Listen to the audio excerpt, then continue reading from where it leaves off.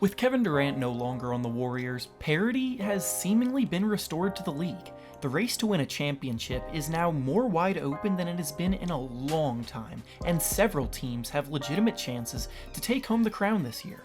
Additionally, the rise of the dynamic duo has come about this offseason, with so many teams having two very good players leading the way for them.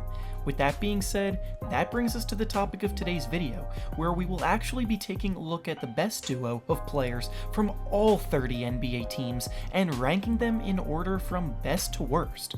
Before we start though, make sure to subscribe to the channel, as all support is very much appreciated. Now, with that being said, let's begin. Beginning at the bottom with the 30th ranked duo out of 30, we have the Charlotte Hornets duo of Terry Rozier and Cody Zeller. Thinking about a team having Cody Zeller in their top duo is pretty sad, but that's the current state of the Hornets right now. The team is filled with mediocre and subpar talent, and Rozier being their best player is pretty bad. Next up at number 29, we have the Memphis Grizzlies duo of Ja Morant and Jaren Jackson Jr. This duo is super young with a ton of promise and one day could become dangerous, but at the moment they're still growing and learning the game and haven't proven anything. At number 28, we have the Cleveland Cavaliers duo of Kevin Love and Collin Sexton. Love was injured most of last season, but even when he did play, his production was far from what it used to be. Sexton is a promising second-year player, but again, he has a long way to go if he wants to be productive on a winning team. At number 27, we have the New York Knicks duo of RJ Barrett and Julius Randle. Randle has really elevated his game well over the past few seasons, as evidenced by his 21 points and 9 rebounds per game last season. He'll easily be the Knicks' best player next season, but on a list filled with bigger stars and better duos ahead of him, he gets weighed down by an unproven rookie in Barrett who might struggle out the gate with efficiency issues. At number 26, we have the Chicago Bulls duo of Zach Lavine and Lauri Markkanen.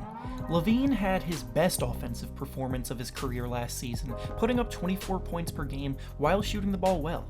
Markkanen is well underway to becoming a very nice stretch big man with a diverse skill set of moves too, but the issue with both of them comes on the defensive end. At number 25, we have the Atlanta Hawks duo of Trae Young and John Collins. Young made a late push at the end of last season to try to win Rookie of the Year, and despite coming up short, he did show that he can be a phenomenal shot creator and playmaker for others. Collins, meanwhile, is one of the most underrated players in the league and put up a very quiet 20 and 10 per game last year. At number 24, we have the Phoenix Suns duo of Devin Booker and DeAndre Ayton. Booker's been one of the best scorers in the league for a few years now, which is incredible because of how young he is. Ayton put together a nice rookie season last year as well, but still needs to work on the defensive end and asserting himself more on offense. At number 23, we have the Oklahoma City duo of Chris Paul and Steven Adams. Last year showed that the injury Chris Paul suffered in the Western Conference Finals 2 years ago affected his play a good bit, and with him also getting up there in age, his decline has been apparent. Plus, Adams also had a fairly down year as well last season, and overall the Thunder seem to be more focused on rebuilding than contending at the moment. At number 22, we have the Orlando Magic duo of Nikola Vucevic and Aaron Gordon. Vucevic made the All-Star game last season and helped lead the team to the postseason last year, and overall has become a nice solid big man. Gordon is a mega athlete and valuable all-around player, but together they still come up in the bottom third of this list compared to some of the other great duos in the league. At number 21, we have the Sacramento Kings duo of De'Aaron Fox and Buddy Hield. Fox took a massive leap last season and played like a borderline all-star in the ultra-competitive Western Conference by using his lightning-quick speed and crafty moves to put pressure on defenses. Hield too had the best season of his career and put up 21 points per game while being one of the very best volume three-point shooters in the NBA, and together they're an extremely promising backcourt. At number 20, we have the New Orleans Pelicans duo of Jrue Holiday and Zion Williamson. Jrue is one of the best two-way guards in the league that runs the offense at a borderline all-star level and defensively is one of the best perimeter defenders in the league. Zion, meanwhile, is being heralded as the next big thing the NBA will see. He hasn't played a second yet though, so I can't jump the gun and put them too high, but this could be a great duo next year. At number 19, we have Jimmy Butler and Justice Winslow of the Miami Heat.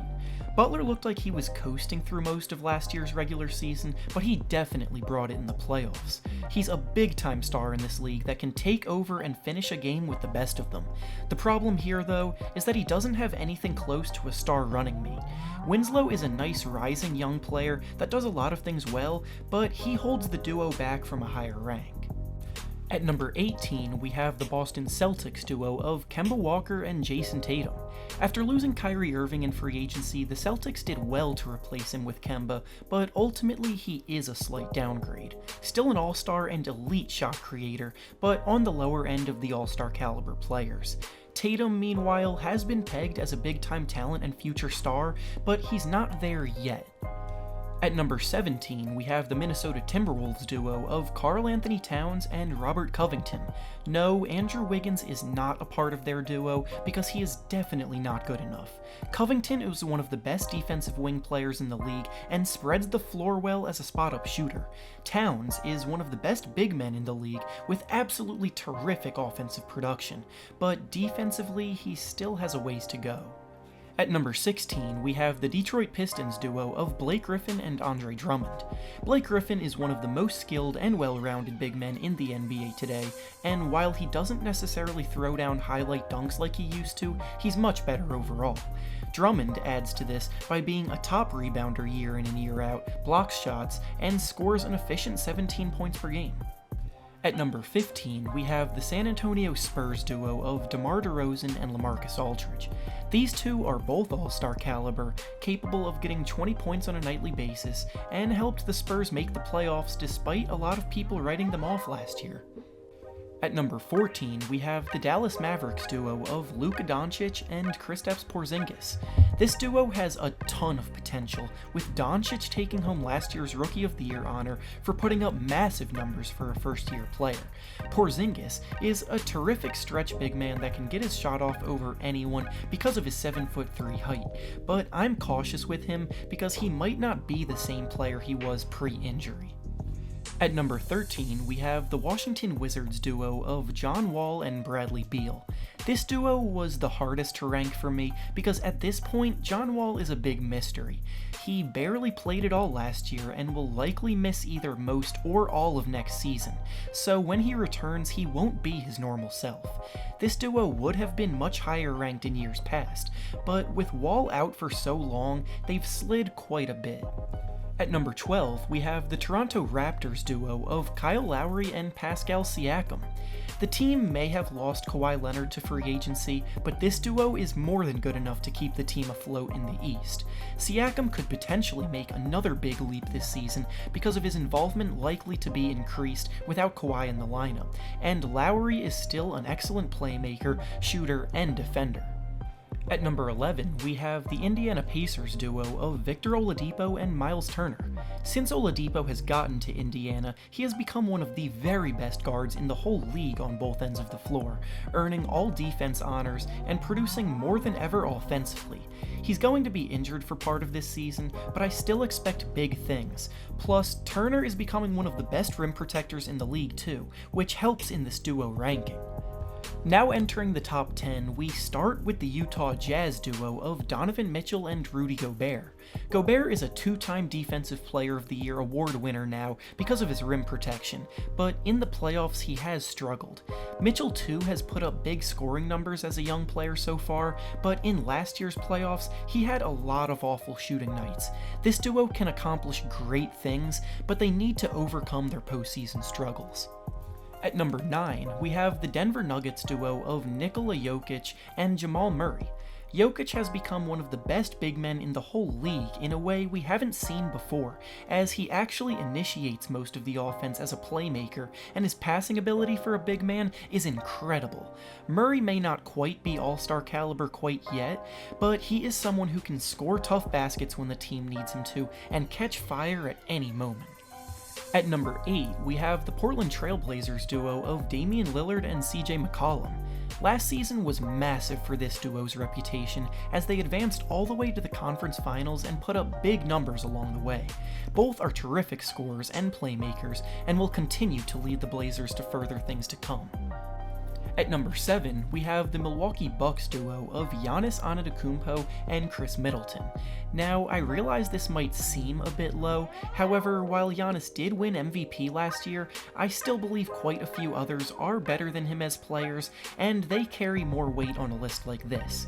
Middleton is also a very good player and an all-star, but again, when it comes to lists like this, there are more duos with bigger star power ahead of them, in my opinion. At number 6, we have the duo from the Philadelphia 76ers of Joel Embiid and Ben Simmons. While Giannis is a better player than Embiid, I don't believe it's by much, and the reason that this duo gets the edge over the Bucks in my opinion is that Ben Simmons has a bigger advantage over Middleton.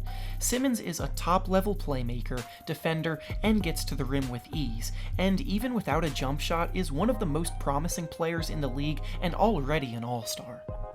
Now, starting off the top 5, we have the Golden State Warriors duo of Steph Curry and Klay Thompson. This duo has brought home 3 rings to the Bay, and while Kevin Durant definitely played a big part in 2 of them, it's certainly not a hot take to say that these 2 played pretty massive roles as well. At number 4, we have the Brooklyn Nets duo of Kevin Durant and Kyrie Irving. This duo is going to be scary when they're at full strength, but unfortunately Durant will spend most of the year recovering from his torn Achilles. Irving needs to do well in Brooklyn because the way he left things in Boston, people were questioning just how capable he is as a leader. At number 3, we have the Houston Rockets duo of James Harden and Russell Westbrook. Harden is coming off a historically great offensive season that saw him take home the scoring title in a landslide by averaging 36 points per game.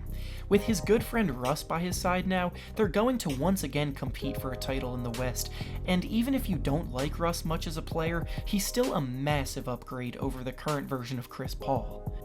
At number 2 on this list, we have the Los Angeles Lakers duo of LeBron James and Anthony Davis.